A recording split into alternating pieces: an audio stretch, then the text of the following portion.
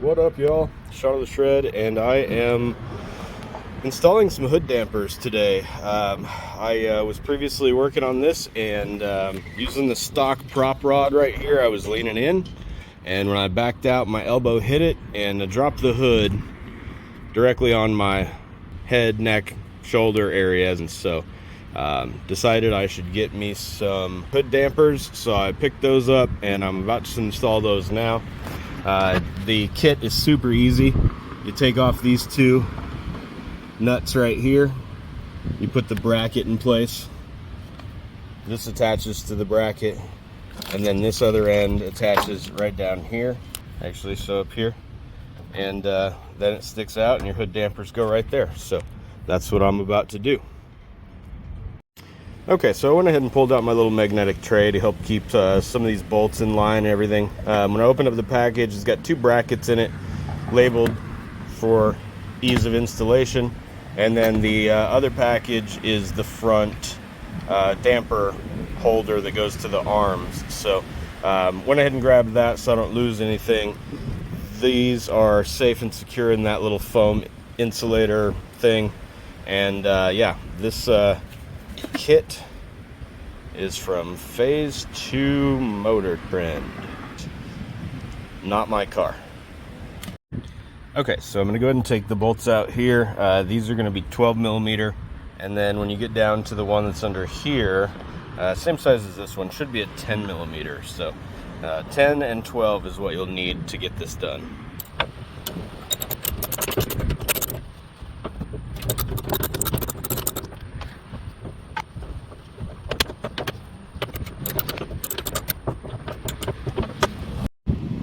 Okay, so I've got my upper brackets installed on both sides, there and there. Pulled back this weather stripping, which is just held in with these two little press pins.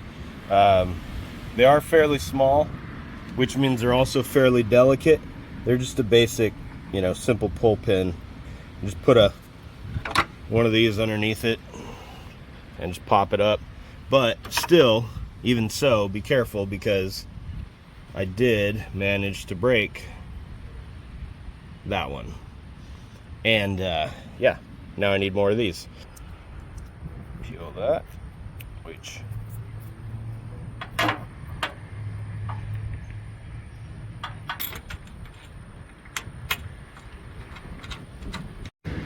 okay, so now for this next part, I would definitely recommend some type of protection in the sense of gloves, not the other kind.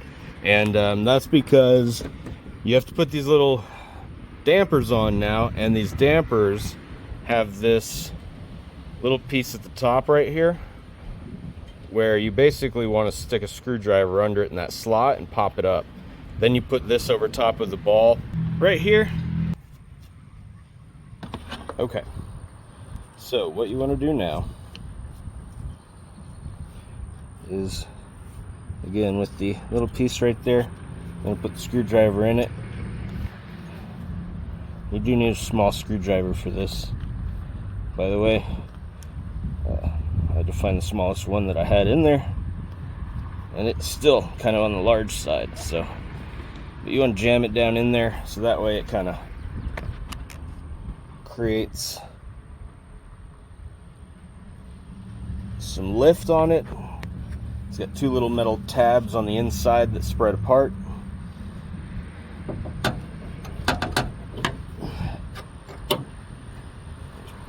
Push that guy on there.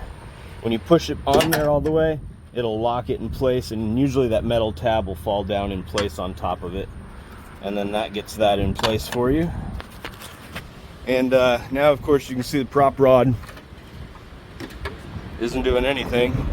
Hood's staying up. That's one connected. You don't even really need to do the bracket up here on the top. You don't got to loosen it. You just simply grab it and push it on there, and it will seat itself, and that is good to go.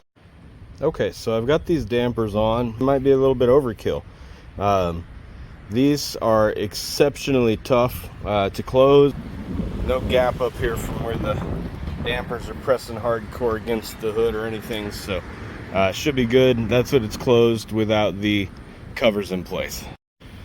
All right, so it's been about 2 weeks since I installed my my hood dampers, and I gotta say that I am more pleased with them now than I was originally. Whenever I had first installed them, I took off this entire piece so that way I could work in there easily, and I glanced over the instructions, but I guess I didn't fully pay attention to the fact that you're supposed to put that piece back before you bolt these in place, because that bracket actually sits against that plastic piece right there. I wondered why it was hanging down and there was extra tape right there. It just didn't dawn on me that it was all because it needed to grip on that with that. So I put those back in, and now it does actually close a little bit easier, of course, because it's got something to, you know, put force on.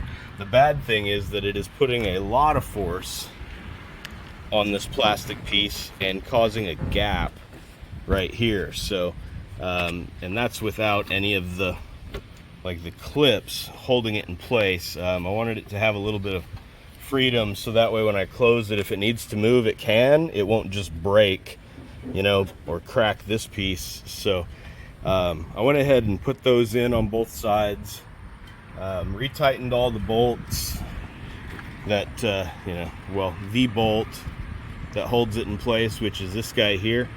This has a very thin head on it. I don't necessarily think that that is a smart design. I think the head should have been a deeper head bolt, like maybe a flanged bolt, which is probably what I'll get to replace those, because I'm not a fan of those. Once you get them tightened down, you have to really tighten them down so that way this bracket doesn't roll forward every time. It was either bending down the fender on the inside, or the whole thing was turning forward until it was like this, and then I'm sure that puts unnecessary strain on the damper itself. So had to really crank these down super tight, like as tight as I could get it, and now it's a little bit better. It does, you know, still give a little bit of resistance. You can see it over there pushing down pretty hardcore on that as I try to close it, and by the time it decides to give, it's got a lot of push down on it. So, you know, take that into consideration if you're thinking about doing these hood dampers. These are from Phase 2 Motor Trend, I believe. So yeah, I put them in. I did not expect them to be that tough. They require a lot of pressure to close, and I would definitely not recommend them with a carbon fiber hood or a fiberglass hood. These are really only probably good for your stock hood because it is rather heavy. And once I switch to a carbon fiber hood, I guess I'm going to have to replace those, or hope that they wear out by then, and maybe then they're light enough of a pressure to actually work with the carbon fiber. But yeah, that's my review after having them in for several weeks and going through the process to get them installed, and trying to figure out why they kept moving on me, and then finally realizing that I needed that cover back in there on both sides. So with that, hood dampers installed and done.